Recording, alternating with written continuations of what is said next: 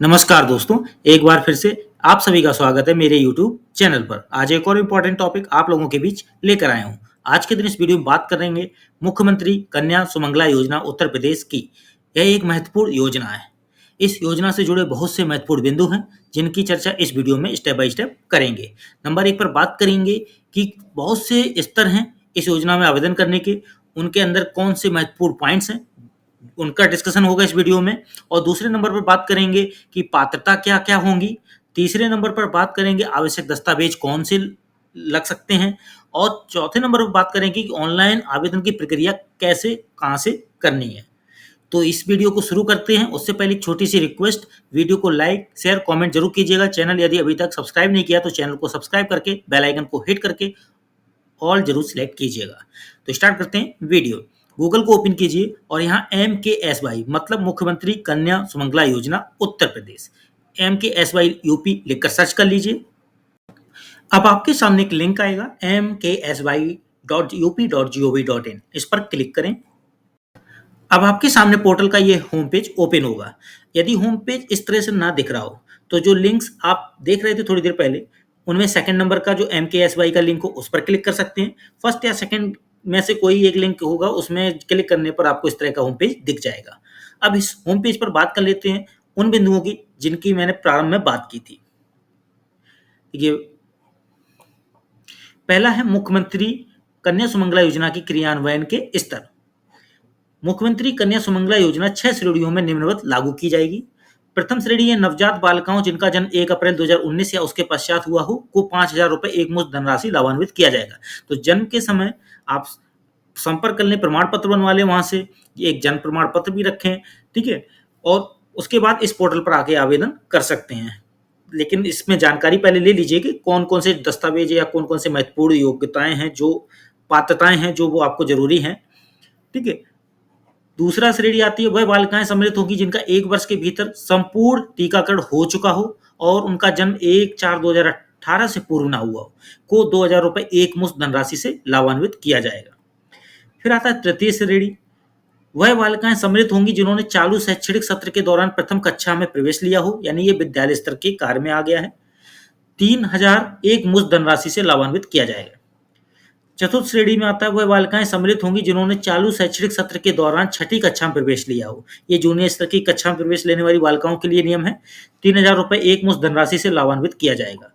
पंचम श्रेणी में आता है वह बालिकाएं सम्मिलित होंगी जिन्होंने चालू शैक्षणिक सत्र के दौरान नवी कक्षा में प्रवेश लिया हो, को 5,000 रुपए एकमुश्त धनराशि से लाभान्वित किया जाएगा। और षष्ठम श्रेणी में आता है वह सभी बालिकाएं सम्मिलित होंगी जिन्होंने 10वीं या 12वीं कक्षा उत्तीर्ण करके चालू शैक्षणिक सत्र के दौरान स्नातक डिग्री या कम से कम 2 वर्षीय डिप्लोमा में प्रवेश लिया हो, को 7,000 रुपए एकमुश्त धनराशि से लाभान्वित किया जाएगा। यानी ये बालिकाओं के हित में और अभिभावकों को भी एक मोटिवेट करने के हित में योजना लाई गई है। तो यहाँ 6 श्रेणियां मैंने आपको शेयर की। अब बात कर लेते हैं मुख्यमंत्री कन्या सुमंगला योजना की पात्रता की। कौन कौन सी पात्रता हैं जो अर्हताएं दर्शाती हैं। तो देखिए, पहला पॉइंट यहाँ आता है, मुख्यमंत्री कन्या सुमंगला योजना की पात्रता की अर्हताओं के तहत लाभार्थी का परिवार उत्तर प्रदेश का निवासी हो तथा उसके पास स्थायी निवास प्रमाण पत्र हो जिसमें राशन कार्ड, आधार कार्ड, वोटर पहचान पत्र, विद्युत या टेलीफोन का बिल भी मान्य होगा। लाभार्थी की पारिवारिक वार्षिक आय अधिकतम 3 लाख होनी चाहिए। किसी परिवार की अधिकतम 2 ही बच्चियों को योजना का लाभ मिल सकेगा, यानी किसी भी परिवार में अधिकतम कितनी बच्चियों को? 2 ही बच्चियों को। और परिवार में अधिकतम बच्चे भी कितने हों? 2 ही हों। ये भी ध्यान रखिएगा। तीसरा और चौथा पॉइंट बहुत ही ज़्यादा ध्यान देने वाला है, क्योंकि ये महत्वपूर्ण योगदान करेगा। तभी आप आगे की कंडीशन जैसे 3 लाख की आय या निवास प्रमाण पत्र तभी सोचेंगे जब बच्चों की संख्या के ऊपर ध्यान देंगे। ठीक है, परिवार में अधिकतम 2 बच्चे ही हों और अधिकतम 2 बच्चियों को ही योजना का लाभ मिलेगा।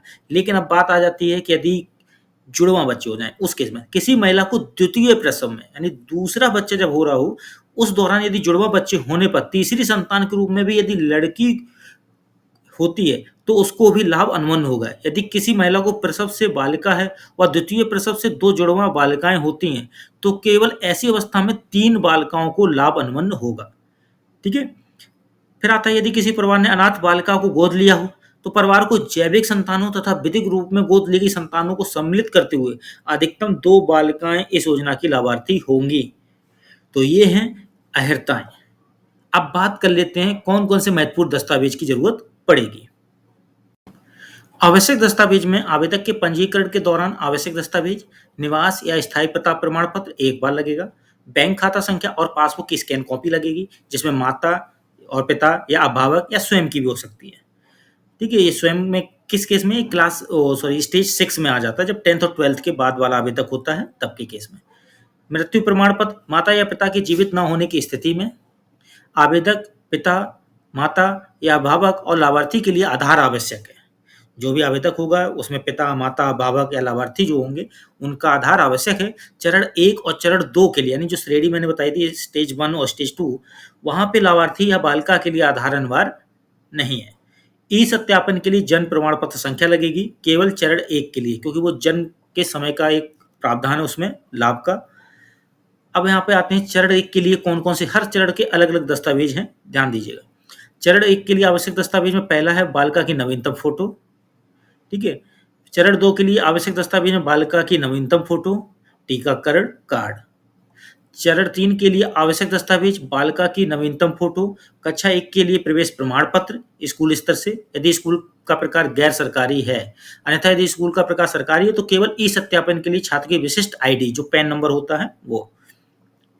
चरण 4 के लिए आवश्यक दस्तावेज तो बालिका की नवीनतम फोटो, कक्षा 6 के लिए प्रवेश प्रमाण पत्र यदि सरकारी स्कूल नहीं हो तब, और यदि सरकारी है तो उसके लिए एक ई सत्यापन के लिए जो विशिष्ट आईडी होती है पैन नंबर वो।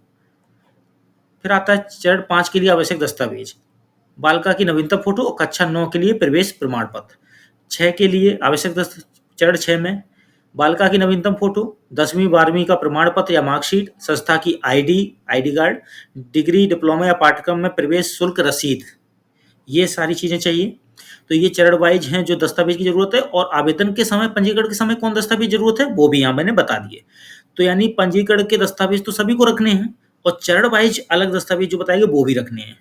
ठीक है, जो जिस चरण में आवेदक अप्लाई कर रहा है उसी चरण के अनुसार वो डॉक्यूमेंट वो भी रखेगा, और पंजीकरण वाले दस्तावेज जो हैं वो ये भी रखेगा।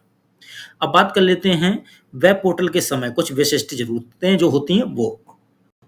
देखिए, वेब पोर्टल में लाभार्थी की विशिष्टता, यदि आवेदक पिता माता है तो बैंक विवरण के लिए प्राथमिकता मां की होनी चाहिए, लेकिन यदि वह नहीं है तो पिता के बैंक खाते पर विचार किया जाएगा। यदि माता और पिता दोनों जीवित नहीं है तो आवेदक अभिभावक है, तो अभिभावक का बैंक विवरण आवश्यक होना चाहिए। यदि बालिका वयस्क है तो वह लाभ के लिए आवेदन स्वयं कर सकती है और उसका बैंक विवरण आवश्यक होना चाहिए। यदि आवेदक का प्रकार स्वयं है तो आवेदक केवल किस श्रेणी में करेगा, 6 वाली में, यानी जो भी आवेदक है, लाभार्थी है, यदि वही आवेदक है तो वो श्रेणी 6 में ही आवेदन कर सकता है। अब पोर्टल पर वापस चलते हैं और बात करते हैं कि आवेदन कहाँ से किया जा सकता है। अब देखिए, पोर्टल पर वापस आए तो साइड में आप देखेंगे नागरिक सेवा पोर्टल, जहाँ लिखा है यहाँ आवेदन करें, तो नागरिक सेवा पोर्टल पर क्लिक करें। अब आपके सामने 2 पोर्शन दिख रहे होंगे, एक नया उपयोगकर्ता और एक पहले से पंजीकृत। तो पहले से पंजीकृत वही कर पाएगा जो पहले से रजिस्ट्रेशन कर चुका हो, ईमेल लॉगिन आईडी अपनी और पासवर्ड और कैप्चा डालकर लॉगिन कर पाएगा। लेकिन पहली बार यदि कोई आया है आवेदन के लिए तो पहले वो पंजीकरण करेगा, तो यहाँ नया उपयोगकर्ता वाले में आएगा, यहाँ पर आई एग्री पर टिक करेगा और कंटिन्यू पर क्लिक करेगा। तो करते हैं यहाँ न्यू पंजीकरण के लिए आई एग्री पर टिक और कंटिन्यू पर क्लिक। अब आपके सामने स्क्रीन इस तरह से दिखेगी, जहां लिखा है मुख्यमंत्री कन्या सुमंगला योजना के तहत पंजीकरण, आवेदक का विवरण, माता पिता अभिभावक या स्वयं। यहाँ इंग्लिश में यदि पेज करना हो तो इंग्लिश में कर सकते हैं, वर्तमान में देखिए हिंदी में आ ही रहा है, तो यहाँ से लैंग्वेज चेंज हो जाएगी पेज की। प्रश्न है, क्या आवेदक का पंजीकरण आंगनवाड़ी सेंटर के द्वारा किया जा रहा है? यदि आंगनवाड़ी सेंटर के द्वारा ये पंजीकरण हो रहा है तो यस कर दें, अन्यथा नो करें। तो मैं यहाँ नो करता हूँ। फिर पूरा फॉर्म आपके सामने दिखेगा, जहां बालिका के साथ आवेदक का संबंध लेना है। यहाँ पर क्या क्या है, सेल्फ, पहला सेल्फ दिखेगा, ठीक है, applicant relation with girl child self लिया है। तो यहाँ पर देखिए इंडिकेशन क्या दे रहा है, यदि आप आवेदक का बालिका से संबंध स्वयं से के रूप में चुनते हैं तो बालिका की आयु 16 वर्ष या उससे अधिक होनी चाहिए, और बालिका केवल श्रेणी 6 की योजना के लिए पात्र होगी, बालिका योजना के किसी अन्य श्रेणी के लिए पात्र नहीं होगी। कृपया आवेदक का बालिका के साथ संबंध एक बार पुनः जांच लें। ठीक है, तो यानी आप सेल्फ ले रहे हैं यदि संबंध में, तो यानी बालिका खुद आवेदन कर रही है, तो ऐसी स्थिति में उसकी उम्र 16 वर्ष या इससे अधिक हो और स्नातक वाली श्रेणी यानी श्रेणी 6 में आवेदन कर रही हो, उसके अलावा अन्य श्रेणी में आवेदन स्वीकार नहीं होगा। अब यहाँ पर सेल्फ के अलावा ऑप्शन आता है फादर का रिलेशन, ठीक है, मदर का रिलेशन या कोई अभिभावक गार्जियन के तौर पे है। फिर आवेदक का मोबाइल नंबर इनपुट कर सकते हैं, आवेदक का नाम, आवेदक के पिता का या पति का नाम, लाभार्थी के परिवार में बच्चों की कुल संख्या, आवेदक का प्रकार में आप रूरल या अर्बन ले सकते हैं। जैसे मैंने रूरल ले लिया तो यहाँ पे डिस्ट्रिक्ट यानी जिला लेंगे, ब्लॉक लेंगे, ग्राम पंचायत लेंगे और गांव का नाम लिखेंगे। पासवर्ड को 2 बार बनाएंगे अपना, ठीक है। पासवर्ड को आप कोशिश कीजिए एक बड़ा अक्षर, एक छोटा अक्षर, एक कोई स्पेशल सिंबल ले लीजिए और अंक ले लीजिए कुछ, कम से कम 8 अक्षरों की मतलब लेंथ हो, इससे ज़्यादा हो चल जाएगा। मैं उत्तर प्रदेश का रहने वाला हूँ और परिवार की वार्षिक आय 3 लाख रुपए से कम है। इन दोनों को टिक कर दीजिए, कैप्चा फिल कीजिए और सेंड एसएमएस ओटीपी पर क्लिक करके आगे प्रक्रिया कर सकते हैं। यहाँ पर लिखा है देखिए, आवेदक एक पंजीकरण में अधिकतम 2 लाभार्थी या केवल दूसरी गर्भवती में जुड़वा जोड़ सकता है। अगर आप पहले से पंजीकृत हैं तो बालिका को उसी पंजीकरण में जोड़ें, नया पंजीकरण करने की जरूरत नहीं है, ठीक है। हो सकता है पहली बालिका का आवेदन कर लिया हो लेकिन बाद में एक बेटी और आई हो, तो उस केस में आप पंजीकरण जो कर चुके हैं उसी में एक और बालिका को ऐड कर सकते हैं, ठीक है। ये प्रक्रिया होगी। तो ये फॉर्म मैंने आपको दिखाया जो पंजीकरण के लिए आया है। इसके आगे की पूरी प्रक्रिया अगर बताएंगे तो वीडियो काफ़ी बड़ा हो जाएगा, इसलिए मैं आपसे एक रिक्वेस्ट करूंगा कि ये पार्ट 1 के तौर पे मैं इसे यहीं खत्म करता हूं और पार्ट 2 के तौर पे एक और वीडियो ला रहा हूं जल्द, जिसमें पूरी प्रक्रिया ऑनलाइन में कैसे करनी है आवेदन की, ये पूरा वीडियो स्टेप बाय स्टेप अगली वीडियो में समझा दूंगा। यहाँ पंजीकरण तक आपके सामने स्क्रीन पर मैंने दिखा दिया है। यदि वीडियो अच्छा लगा हो तो लाइक, शेयर, कमेंट जरूर कीजिएगा। चैनल यदि अभी तक सब्सक्राइब नहीं किया तो चैनल को सब्सक्राइब करके बेल आइकन को हिट करके ऑल जरूर सेलेक्ट कर लीजिएगा। मिलते हैं अगली बार एक और इंपॉर्टेंट वीडियो के साथ। आज के लिए बस इतना ही। धन्यवाद।